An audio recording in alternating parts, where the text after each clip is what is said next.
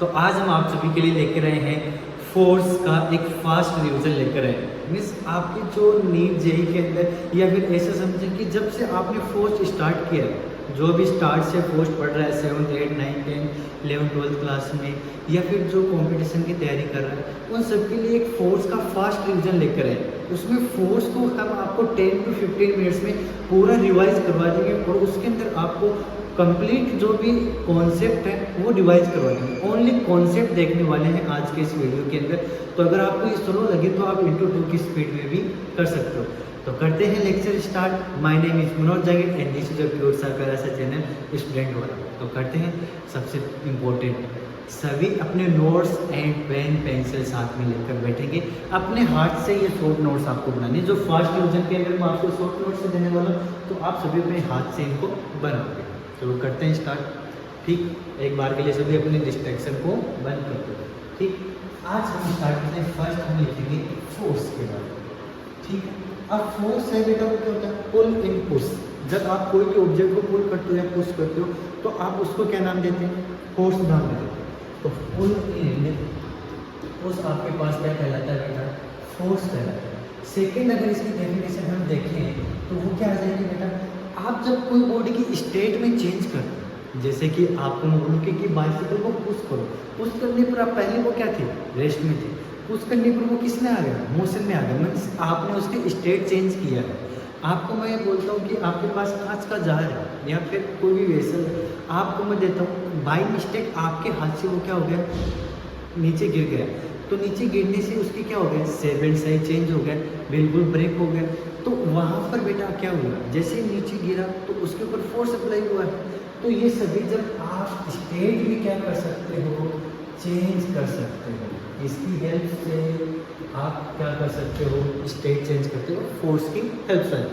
आगे देखो, फोर्स क्या क्या कर सकता है? स्टेट चेंज कर सकता है। स्टेट में भी क्या करेगा बेटा? मोशन का ऑब्जेक्ट है उसको लेकर आएगा रेस्ट में। अगर आपका ऑब्जेक्ट कहाँ पर है? मोशन में, तो वो लेकर आएगा रेस्ट में। अगर रेस्ट में है तो उसको कहाँ लेकर आएगा बेटा? वो मोशन में लेकर आएगा। ठीक है, फॉर एग्जाम्पल मान लो रोहित शर्मा क्रिकेट खेल रहे हैं, सामने से बुमराह बॉलिंग करवा रहा है, तो बॉल कुछ ऐसा है कि रोहित शर्मा ने वहाँ पर उसको एक कर्व ड्राइव लिया या फिर कुछ वहाँ पर रोका उसको। तो आपने क्या किया? रोहित शर्मा ने क्या किया? वहाँ पर बॉल को उसने रोका है, मतलब मोशन पे थी, मोशन से उसने उसको स्टॉप किया है। तो वहाँ पर बेटा आपके पास क्या आ गया? मोशन से स्टॉप। रेस्ट की बात करूँ तो आप बचपन में एक पहिए को चलाते हैं, तो पहिए को चलाते हैं तो उस पर फोर्स लगाते हैं। फोर्स लगाते हैं तो बेटा वो किस में कन्वर्ट होता है? वो रेस्ट टू मोशन में कन्वर्ट होता है। एक दूसरी चीज़ बेटा, ये डायरेक्शन को भी चेंज करता है। किसको भी चेंज करता है? डायरेक्शन को भी चेंज करता है। डायरेक्शन कैसे चेंज होती है? जैसे कि आप कार चला रहे हो, बाइसिकल चला रहे हो, टर्न आता है, टर्न पर आप क्या करते हो? उसको टर्न करते हो। तो ऐसा तो है नहीं कि वो ऑटोमेटिक टर्न हो जाता है, वहाँ पर आपको फोर्स अप्लाई करना है। तो ये तो मेन टॉपिक हो गई कि force can change the state of the object, motion to rest, rest to motion, in direction, ये सब क्या करेगा? चेंज करेगा। ठीक, इसके बाद में हम फोर्स का फॉर्मूला पढ़ते हैं, F इक्वल टू ma। ये डिराइव फॉर्मूला, एक्चुअल फॉर्मूला नहीं, एक्चुअल फॉर्मूला आगे देखेंगे। Derive formula F equal to ma। m is the mass of the body and a is the acceleration. ये क्या बेटा आपके पास? एक्सेलरेशन है। ठीक, यही याद रखोगे। ठीक, इसके बाद में बेटा ऐसा यूनिट आती है बेटा न्यूटन। न्यूटन जिसको हम कैपिटल N से डिनोट करेंगे। सीजीएस यूनिट हम देखेंगे बेटा तो वो आएगी डायन। ठीक ठीक, अब इसके बाद में एक छोटा सा पॉइंट आता है कि रिलेशन बिटवीन ऐसे unit of force and CGS unit of force, इनके बीच में रिलेशन आता है 1 न्यूटन इक्वल टू 10⁵ डाइन। ये बेटा आप याद रखोगे, ये बच्चों ये याद रखोगे, डायरेक्ट न्यूमेरिकल में हेल्प करता है। अब डायमेंशन फॉर्म क्या होता है बेटा? वो होता है m1 l1 t-2। Dimension form क्या होती है इसकी? m1 l1 t-2। इसके बाद बेटा यहाँ पर आते हैं टाइप्स। नॉर्मली हम balance force, non balance force या फिर contact force, non contact force पढ़ते हैं, लेकिन हम यहाँ पर आपको बता देते हैं कि contact and non contact force होते हैं। ठीक, अब इसके बाद में जाएंगे बेटा free body diagram. Free body diagram free body diagram, what is the free body diagram, इसका मीनिंग क्या है बेटा? अगर जो बच्चे 10th क्लास तक हैं या फिर जो 7th 8th बच्चे हैं वो फ्री बॉडी डायग्राम को स्किप कर सकते हैं, आगे जा सकते हैं। तो फ्री बॉडी डायग्राम में क्या आता है बेटा, आप जो भी कोई बड़ा ऑब्जेक्ट है उस, मान लो कि यहाँ पर हमने क्या बनाई, कार बनाई है, ठीक है, यहाँ पर हमने क्या बनाई बेटा, कार बनाई है।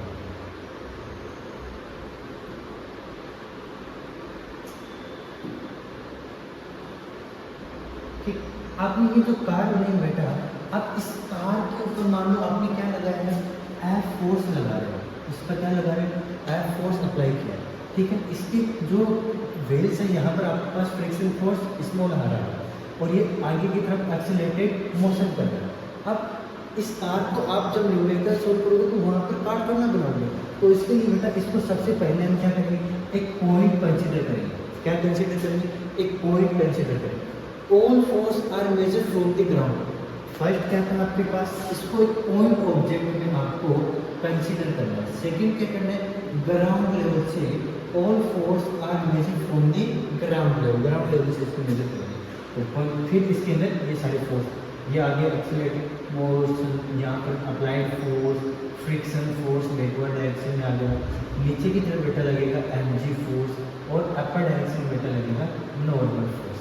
ये फ्री बॉडी डायग्राम में हम सीखते हैं, तो ऐसे फ्री बॉडी डायग्राम बनाते हैं एक, ठीक। अभी नॉर्मल फोर्स, mg फोर्स कहाँ से है, ये चैप्टर के हमने लास्ट में बता रखा है, कॉन्टैक्ट नॉन कॉन्टैक्ट के। अब इसके आगे चलते हैं, तो इसके बाद में हमारे पास आते हैं बेटा न्यूटन्स लॉज ऑफ मोशन। इसके बाद में बेटा हमारे पास आएंगे Newton laws of motion. Newton law of motion के अंदर बेटा क्या होता है, फर्स्ट हम पढ़ेंगे first Newton laws of motion, first NLM। अब इसके अंदर बेटा, अब इसको पढ़ने से पहले मैं आपको थोड़ा सा बता देता हूँ इनर्शिया के बारे में। क्या होता है इनर्शिया बेटा, इनर्शिया एक्चुअल में क्या होता है, मास होता है। क्या होता है, बॉडी। अगर आपके पास कोई बॉडी है उसके पास मास है तो वो क्या रखेगा, इनर्शिया रखेगा। Means inertia is directly proportional to the mass. अगर मेरे पास में एक कार है, ठीक, और एक मेरे पास में ट्रक है, ठीक। अब मैं इन दोनों में से कार और ट्रक की बात कर लेता हूँ, इन दोनों की बात करता हूँ, तो आपसे पूछो कि किसका इनर्शिया ज़्यादा है, तो आप यहाँ पे बताओगे कि ट्रक का इनर्शिया क्या रहेगा, ज़्यादा, because of mass of truck क्या रहेगा बेटा, ग्रेटर रहेगा। तो जिसका मास ज़्यादा रहेगा उसका इनर्शिया में क्या रहेगा, ज़्यादा रहेगा, ठीक है। अब इसके बाद में आगे चलते हैं, तो हमारे पास आएगा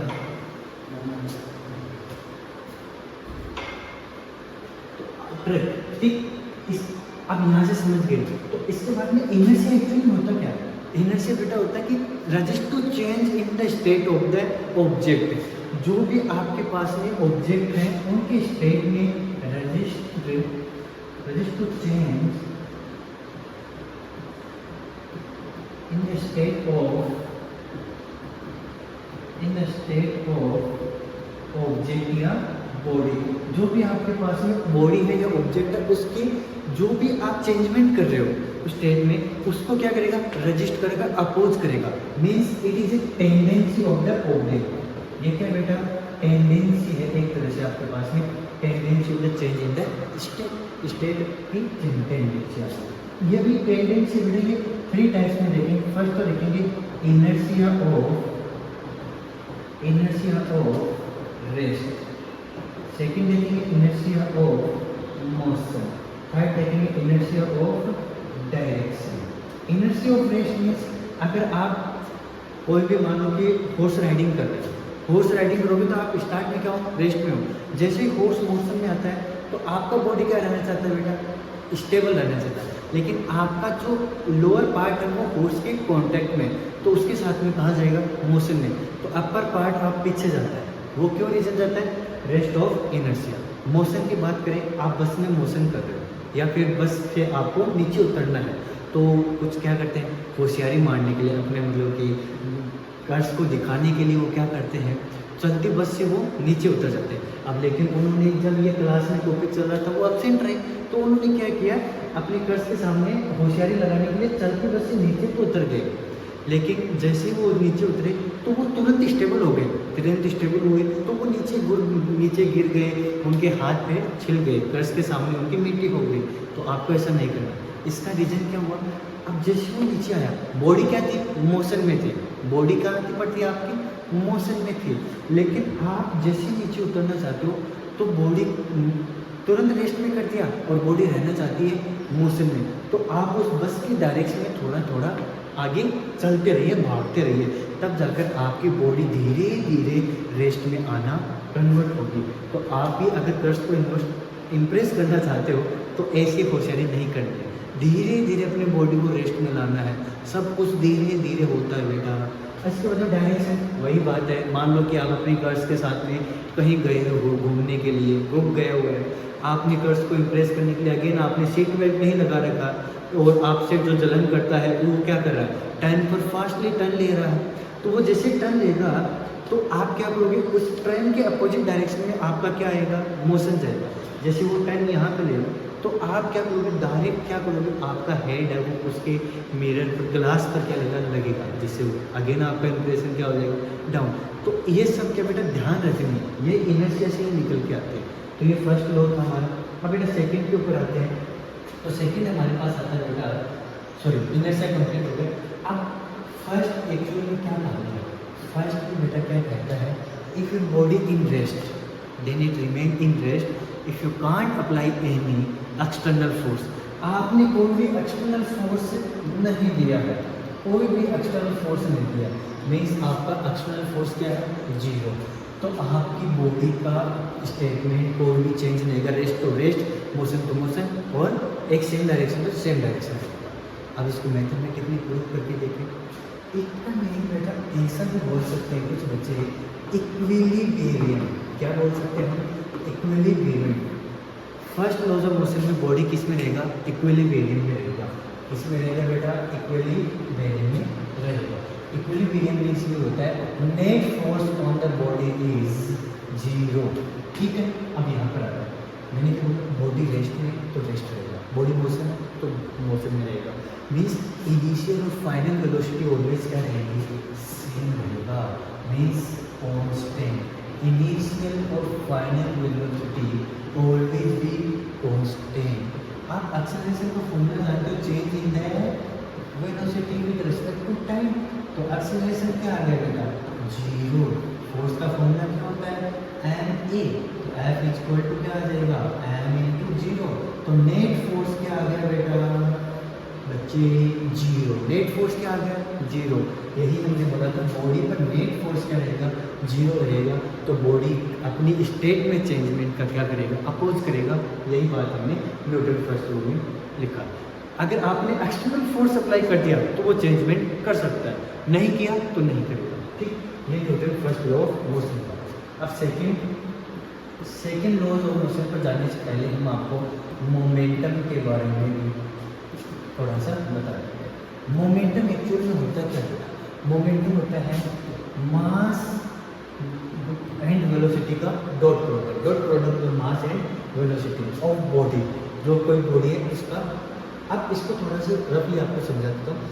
मोमेंटम एक्चुअली में होता क्या है, मोमेंटम मीन्स होता है कि एक्चुअल में आप मान लो कि एक बाइसिकल और एक आपके सामने ट्रक है, दोनों बेटा 60 या 60 किलोमीटर पर आवर की स्पीड में, बाइसिकल भी मान लेते हैं 60 किलोमीटर पर आवर की स्पीड में। पॉसिबल नहीं है कि अज्यूम है। आपको इसके सामने खड़ा करना चाहूँ और एक ट्रक के सामने खड़ा करना चाहूँ, आप किसके सामने जाओ, ट्रक के सामने। ऐसा तो आप नहीं चाहोगे बिल्कुल भी कि ट्रक के सामने जाओ। आप क्या करोगे, टायर साइकिल के साथ में चले जाते हैं ताकि रिकवरी जल्दी हो जाएगी। अगर यहाँ गए तो बेटा रिकवरी के लिए कुछ बचेगा नहीं। यहाँ पर आप क्यों जा रहे हो, क्यों जा रहे हो, बिकॉज ऑफ बेटा इसका मोमेंटम क्या रहेगा, लेस रहेगा, और इसका मोमेंटम क्या रहेगा, ज़्यादा रहेगा। क्यों रहेगा, मान लो इसका मास कितना रहता है, मान लो कि 1000 kg, मान लो ज़्यादा हो गई तो इतना भी ज़्यादा लंबा नहीं फेंकना है। मान लो कि 100 kg मान लो और इसका 1000 kg मान लो, यदि मैंने ज़्यादा के लिए इसका, ठीक है, ये इसका बहुत कम लिया मैंने, तो मान लो इतना ले लिया। अब मोमेंटम यहाँ पर आप निकालोगे तो आपके पास क्या आ जाएगा, हम केजी किलोमीटर ये ऐसे यूनिट पर एक बार ध्यान नहीं देते। एक बार फॉर्मूला रफली ऐसे अप्लाई कर देते हैं, रफली अप्लाई करो तो दोनों का मल्टीपल करोगे तो आपके पास है 6 × 10⁻³ और यहाँ पर आप मल्टीप्लाई करोगे तो 6 × 10⁻⁴ आएगा। क्या आएगा? 6 × 10⁻⁴। तो इसका मोमेंटम बेटा इसकी कंपेरिजन में क्या है? ज़्यादा ट्रक का, तो आप में वो ज़्यादा इफेक्ट डालेगा। मीन्स अगर आपको किसी से डरना है तो डरना आप वेलोसिटी मास से कभी भी मत डरो बेटा। आपको डरना है तो सिर्फ उसके मोमेंटम से डरो। जिसका मोमेंटम ज़्यादा होगा वो आपको नुकसान ज़्यादा करेगा। सिंपल सी बात है, मोमेंटम ज़्यादा आपके पास में ज़्यादा नुकसान करने की चीज़ आएगी। तो मोमेंटम आप सिंपल से याद रखो कि जो आपकी पोजीशन में चेंज कर रहा है, जो आपकी पोजीशन में चेंज कर रहा है वो मोमेंटम। कैच लेते हो तो आप पीछे पीछे हाथ करते हो, ठीक है, क्या करते हो? फोर्स उसका जीरो करते हो, मोमेंटम उसका कम करते हो ताकि आपको इफेक्ट कम लगे, इसलिए मोमेंटम आप कम कर रहे हो। अगर आप तुरंत डायरेक्ट कैच लोगे तो आपके हाथ पर लगे, क्यों लगेगा? क्योंकि आपने मोमेंटम ज़्यादा दिया है उसका, तो मोमेंटम ज़्यादा है तो वो ज़्यादा हिट करेगा। तो मोमेंटम कम करना है। सेकेंड लॉ मोशन ये तो कहता है आपका second Newton law of motion कि applied force is directly proportional to the change in momentum with respect to time. Actual force formula भी बेटा यही होता है। यहाँ डायरेक्टली प्रोपोर्शनल साइन को हटाते हैं तो k dp/dt और k का वैल्यू यहाँ पर कांस्टेंट वैल्यू 1 रहेगा। तो F dp/dt means P final minus P initial divide by T। P final क्या है? मोमेंटम का formula mv, final velocity v, तो आ जाएगा mv। Initial velocity mu, initial velocity u, तो यहाँ u रिप्लेस कर दो डिवाइड बाई टाइम। तो F mv माइनस mv/t। अब बेटा यहाँ से आप m ले लो common, v minus u divide by t। अब ये बेटा क्या बन गया? v minus u divide by t बन गया एक्सेलरेशन। तो F ma, ये आया दे रहा है फॉर्मूला m ma। पीछे हमने स्टार्ट में यही देखा था कि ये आपके पास में डिराइव फॉर्मूला है। एक्चुअल फॉर्मूला क्या है? एक्चुअल फॉर्मूला आपके पास में आप चाहो तो इसको बोल दो, चाहो तो इसको बोल दो, चाहो तो इसको बोल दो। ये आपके पास actual formula of the force dp/dt and derive formula m ma। अब इसके आगे चलते हैं तो हमारे पास आएगा इम्पल्स।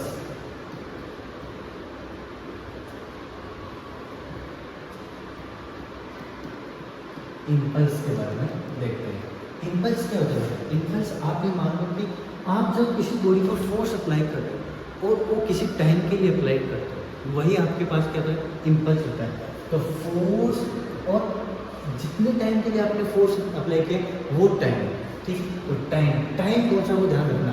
जैसे मैंने इसको यहाँ पर हिट किया तो कुछ माइक्रो सेकेंड्स के लिए मेरे हाथ पर ये हिट हुआ है, वो सेकंड आपको यहाँ पर लिखनी है। ऐसा नहीं कि आपने अप्लाई किया तो फिर अपने पोजीशन में ये वाला नहीं। जितने टाइम के लिए बॉडी टच में रहा है वो टाइम आपको लेना है और आप जो फोर्स अप्लाई कर रहे हो वही क्या करता है? इम्पल्स करता है। I = F × del t impulse. Second चलता है impulse = momentum, change in momentum. Impulse = क्या जाएगा? Change in momentum. तो मोमेंटम का ऐसा यूनिट क्या होगा? Kilogram metre second inverse. तो इम्पल्स का भी हो जाएगा सीरीज gram centimetre second inverse. Dimension formula m1 L1 t-1, ठीक है बेटा। ये आप यहाँ पर याद रखो।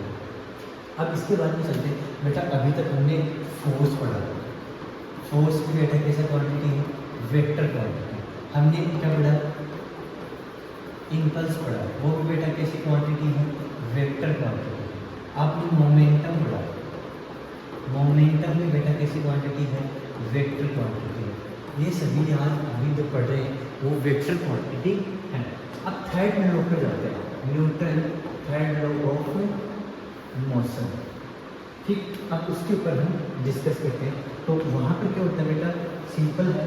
Newton third law of motion कहता है कि every action has equal and opposite reaction. जो आप जो भी एक्शन कर रहे हो उस एक्शन का आपको क्या मिलेगा बेटा? रिएक्शन मिलेगा। आपको क्या मिलेगा? रिएक्शन मिलेगा। Every action has equal and opposite reaction. For example ये बॉडी ए है, ये बॉडी बी है, मैंने इन दोनों को क्या करवाया बेटा, इन दोनों का कोलिजन करवा दिया। ठीक है, मैंने इन दोनों का क्या करवा दिया, कोलिजन करवा दिया।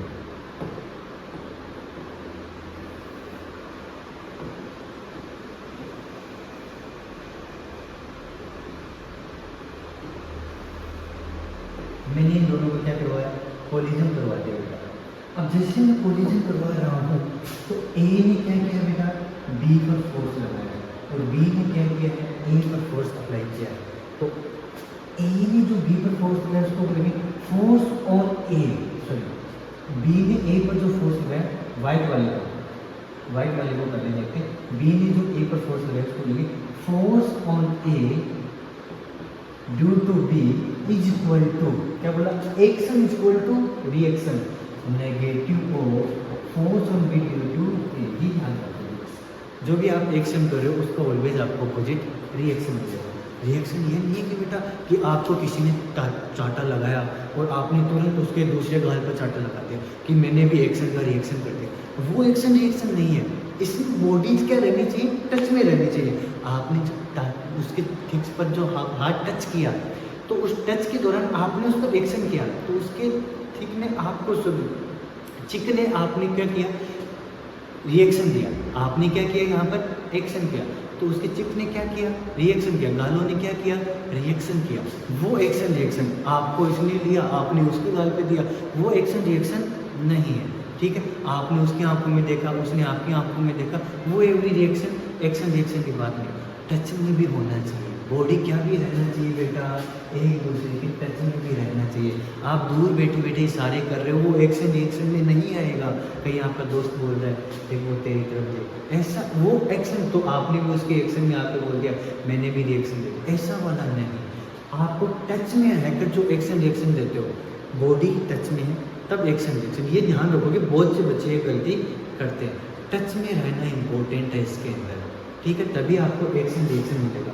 और ये दोनों क्या करते हैं, एक्शन आपने इस डायरेक्शन में दिया तो इसके अपोजिट डायरेक्शन में आपको क्या मिलता है, रिएक्शन। इसलिए मैं यहाँ पर नेगेटिव साइन यूज कर रहा हूँ। तो every action equal to opposite direction में आपको क्या मिलेगा, रिएक्शन मिलेगा। फॉर एग्जाम्पल, आप जो रॉकेट साइंस है वो इसी पर काम करती है। आप जब गन फायर करते हो तो आगे जो सेल्स हैं वो चले जाती है, बंदूक की गोली आगे, बुलेट आगे चली जाती है, गन पीछे आता है। क्यों, every action has equal and opposite reaction. आप इसके अलावा जो आप चलते हो, तो चलना भी क्या है बेटा, आपकी हेल्प करता है। आप जैसे एक्ट पर क्या लगा रहे हो, फोर्स, तो उसका रिएक्शन मिलता है तब जाके आप क्या करते हो, चल पाते हो। तो every action has equal and opposite reaction. Last हमारे पास conservation of momentum, conservation of momentum के बारे में देखते हैं। कंजर्वेशन ऑफ मोमेंटम में आप देखो, आइसोलेटेड बॉडी है, बॉडी कैसी है आपके पास में, आइसोलेटेड बॉडी। तो आइसोलेटेड बॉडी के अंदर बेटा मीन्स आपका नेट फोर्स क्या रहेगा बेटा, जीरो रहेगा। नेट फोर्स क्या रहेगा, जीरो रहेगा, या फिर फोर्स क्या रहेगा, इक्वल रहेंगे, कॉन्स्टेंट भी बोल सकते हैं। ठीक, तो आपका नेट फोर्स जीरो रहेगा तो इनिशियल और फाइनल मोमेंटम ऑलवेज क्या रहेगा, जीरो रहेगा। इनिशियल और फाइनल मोमेंटम ऑलवेज क्या रहेगा, सॉरी इनिशियल और फाइनल मोमेंटम ऑलवेज क्या रहेगा, इक्वल रहेगा।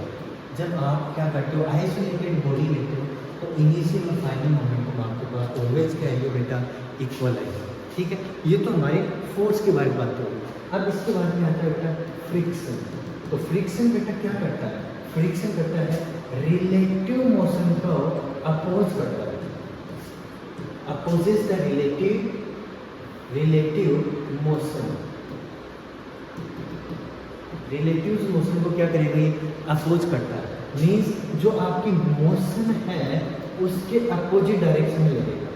क्या करेगा, अपोजिट डायरेक्शन में। मोशन इस डायरेक्शन में तो फ्रिक्शन आपका ऑलवेज क्या रहेगा, अपोजिट डायरेक्शन रहेगा।